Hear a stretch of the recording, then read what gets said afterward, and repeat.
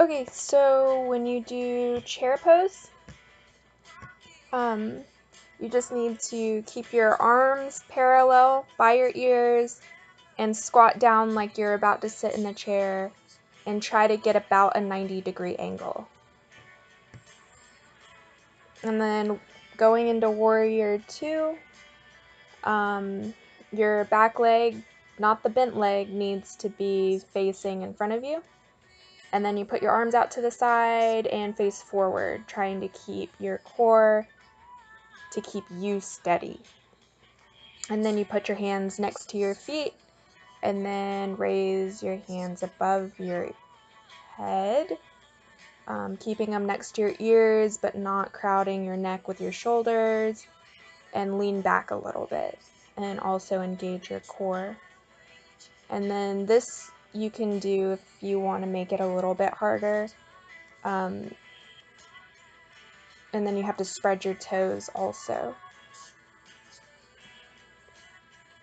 And that was hard for me, so I'm practicing. And that was the low lunge. And then this is revolve side angle twist.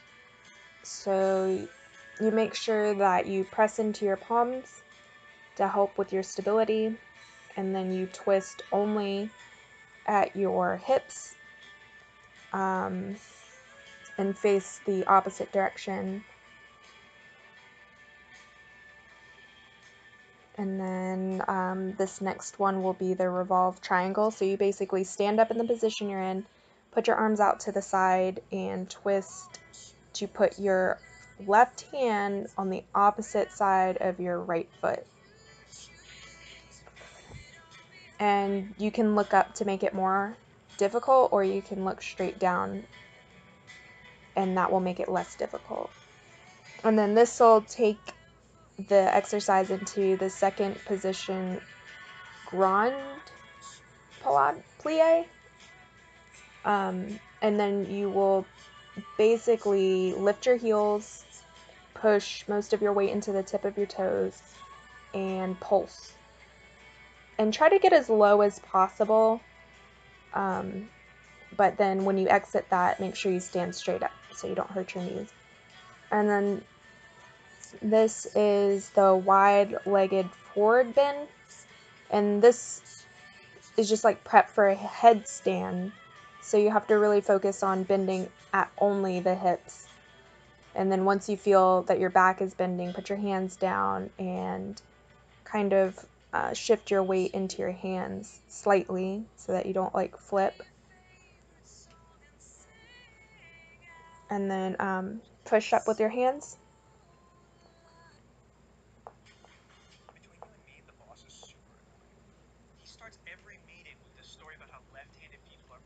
And then step to the front of the mat and then forward fold, which is the same thing, just with your feet hip width apart.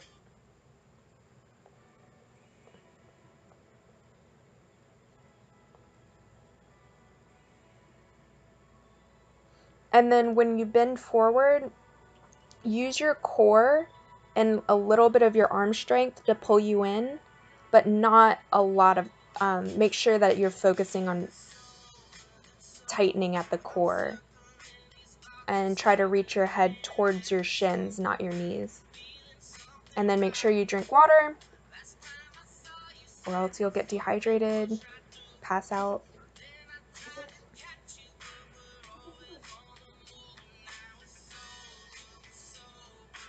And this is my dog Blue.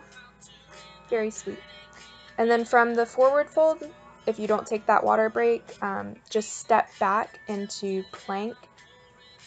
And I noticed the first couple times I did this, my back was bending in. So to fix that, make sure you pull your stomach in as tight as you possibly can to your spine. And then this turns into high plank knee up, and you basically can pull your knee into your chest, hold it for 10 seconds, or you can bring your knee to the opposite elbow, push it up, and then pull it back into the other elbow. I don't know why it cut off. But then from high plank to side plank, bring your knee down and rest. Bring your heels together. Try to flatten out your back and back legs as much as possible and raise your hands. And if that gets too hard, put your knee down. Also, when you're exiting, put your knee down, just so you don't hurt yourself. So going into dolphin plank, measure out your elbows, hand and fist, and then just like a regular plank, you pull in your stomach and hold. And then to transition into dolphin, you can bring your knees in, or if you need to, take a break, and then just step your foot towards the center of the mat. And then stretch out your calves.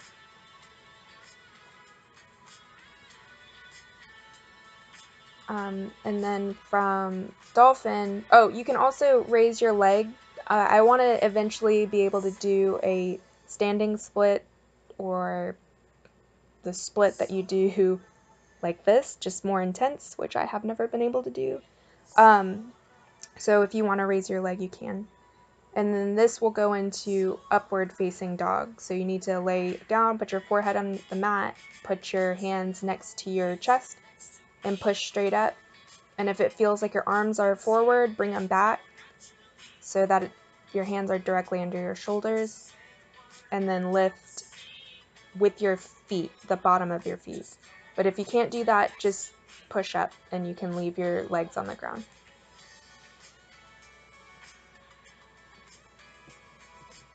And then just push back into child's pose and try to stretch, like walk your fingers out to the top of the mat. And that will give a good stretch. And then from child's pose, go into heron's pose. And you just bring your left leg out to the side and your right leg forward. Keep your feet, your toes pointed back. And lift your knee to help, because I noticed it was kind of tight for me. So bringing it up, use your hands to bring your knee up and then grab with your fingers. And then switch, and then you can do a twist, but keep looking forward. Or you can bring your left leg out and point it and twist a little bit deeper. But keep your shoulders down and your shoulder blades back. And then from heron's pose, I did the Marichyasana pose. And that was just to stretch out the leg. And you just take one leg, wrap it over the other side, and use your knee and elbow to push the twist. And make sure that when you're looking behind you, try to touch your chin to your shoulder. It won't happen if you're doing it right, but try. And then this is the seated forward fold. And you can use your hands to pull your spine down, unlike the standing forward fold where you would want to just use your core. And then just put your feet flat to the mat and pull your back side up and lay back for bridge pose. And that is my curious cat. And then bring your heels into your feet, or to your hands, just to get a good measurement. And then pull your hips straight up to the ceiling.